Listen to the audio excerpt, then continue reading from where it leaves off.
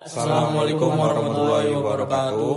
Di sini kami dari kelompok Innovation in Shaping ingin mempresentasikan hasil kelompok kami mengenai inovasi kapal hybrid.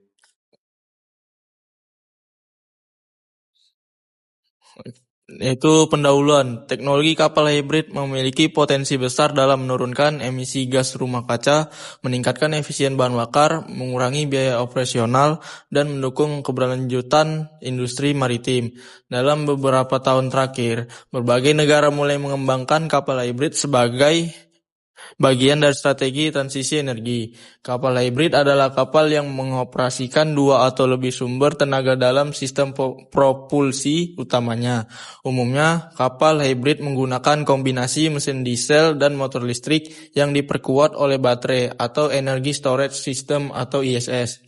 Pada beberapa kapal modern, kapal hybrid juga dapat memanfaatkan energi terbarukan seperti panel surya atau turbin angin untuk menambahkan pasokan listrik.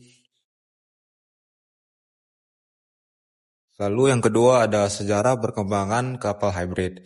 Konsep hybrid sebenarnya bukan hal baru. Pada awal abad ke-20, kapal selam sudah menggunakan kombinasi mesin diesel dengan baterai listrik. Namun penerapan pada kapal komersil dan permukaan baru berkembang pesat pada 2 dekade terakhir. Terutama karena tuntutan regulasi internasional seperti IMO 2020 tentang batasan sulfur pada bahan bakar kapal. Lalu ada IMO GHG strategi yang menargetkan pengurangan emisi gas rumah kaca hingga tahun 2050.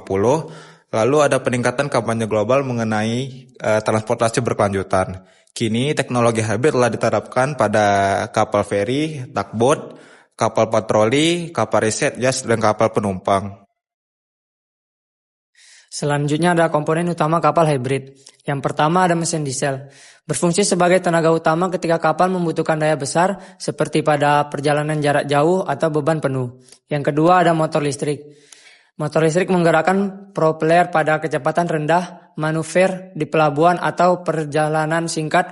Motor listrik lebih senyap dan efisien. Yang ketiga ada baterai atau Energy Storage System atau ISS.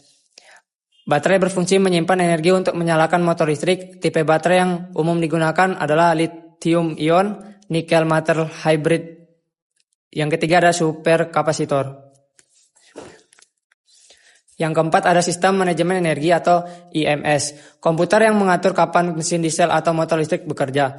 IMS membantu mengoptimalkan konsumsi energi. Yang kelima ada sumber energi terbarukan atau opsional. Beberapa kapal hybrid dilengkapi panel surya atau turbin angin untuk menambahkan kapasitas listrik.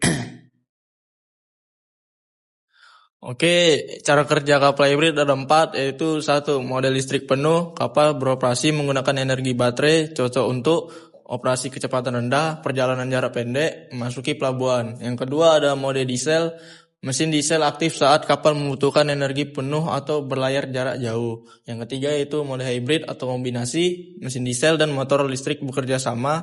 Mesin diesel dapat menggerakkan kapal sekaligus mengisi baterai. Yang keempat yaitu mode regenerasi. Sebagian energi kinetik kapal dapat dikonversi energi listrik untuk mengisi baterai, mirip teknologi pada mobil hybrid. Lalu di sini ada keunggulan kapal hybrid. Yang pertama, operasinya lebih senyap, lalu ada pengurangan emisi gas buang, ada efisiensi bahan bakar lebih efektif, biaya peroperasional lebih rendah, fleksibilitas sistem tenaga, lalu yang terakhir ada performa lebih baik pada kecepatan rendah. Dan di sini juga ada kekurangan dan tantangan kapal hybrid. Yang pertama biaya awal tinggi. Yang kedua ada kapasitas baterai masih terbatas. Yang ketiga ada infrastruktur pengisian belum merata. Dan keempat ada keamanan dan risiko kebakaran baterai. Dan yang kelima ada keterampilan kru.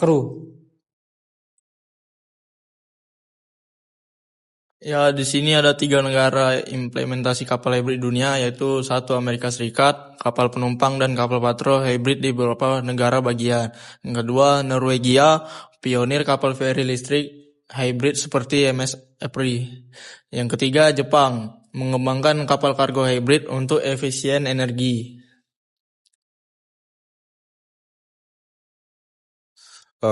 Kesimpulannya, kapal hybrid merupakan inovasi penting dalam industri maritim modern dengan menggabungkan baterai listrik dengan mesin diesel. Kapal hybrid ini mampu mengurangi emisi, meningkatkan efisiensi, dan menekan biaya operasional. Meskipun menghadapi tantangan seperti biaya awal yang tinggi, keterbatasan infrastruktur, dan perkembangan teknologi baterai, dan dukungan regulasi global membuka peluang besar bagi penerapannya secara luas. Oke. Baiklah, sekian dari kami. Assalamualaikum warahmatullahi wabarakatuh.